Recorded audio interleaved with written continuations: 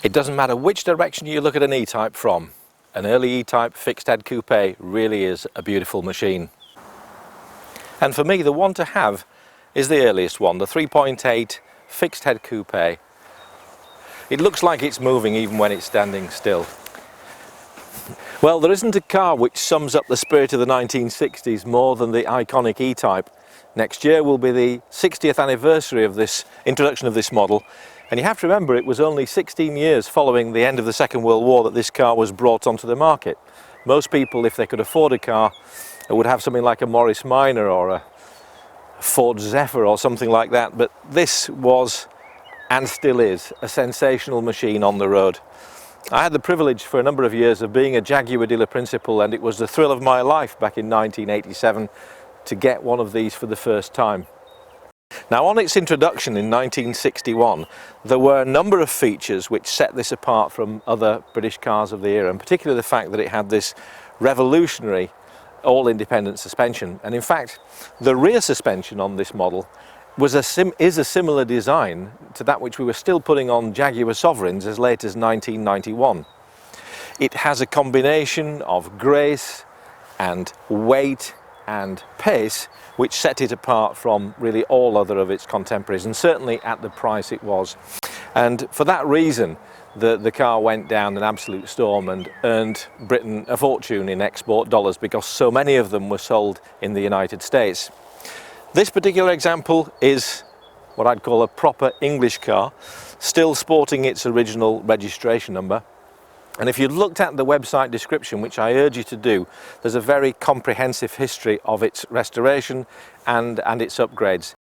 One of the key features of the upgrade, which is worthy of mention, is the gearbox, because the early E-Types had what was really by then in 1961 a fairly primitive gearbox, the Moss gearbox, which Jaguars had since, I actually think, since the late 1940s. But it was crying out really for something a little bit more sophisticated. Later E-Types from 1964 had an all-synchro gearbox.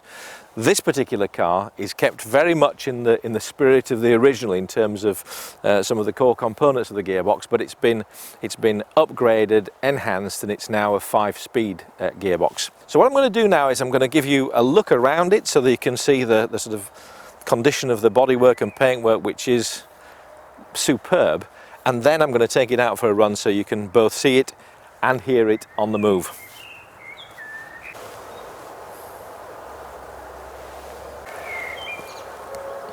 You can see from this shot what lovely lines it's got down the side.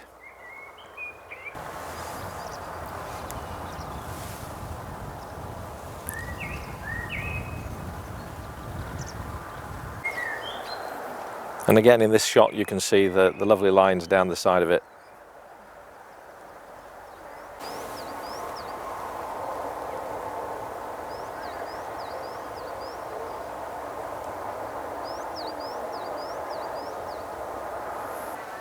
And how about that for an exhaust manifold?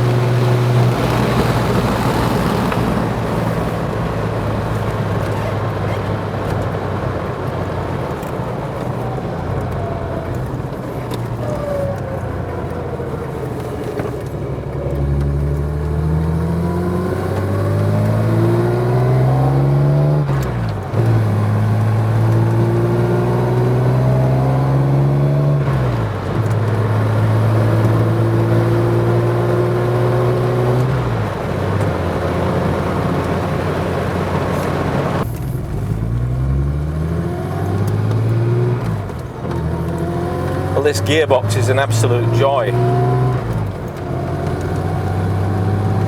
Feels in some ways like a normal Jaguar all synchro box from the era, except that you've got this fifth gear, which is so high geared. It gives you a lovely relaxed cruising.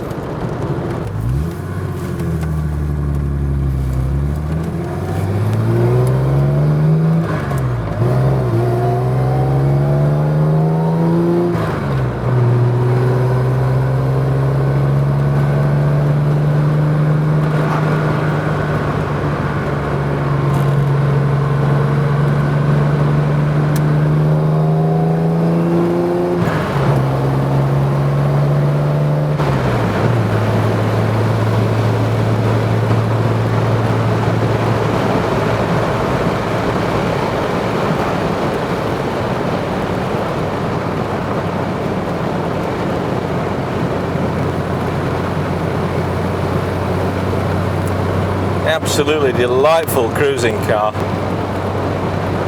2200 RPM at 55 miles an hour. Superb.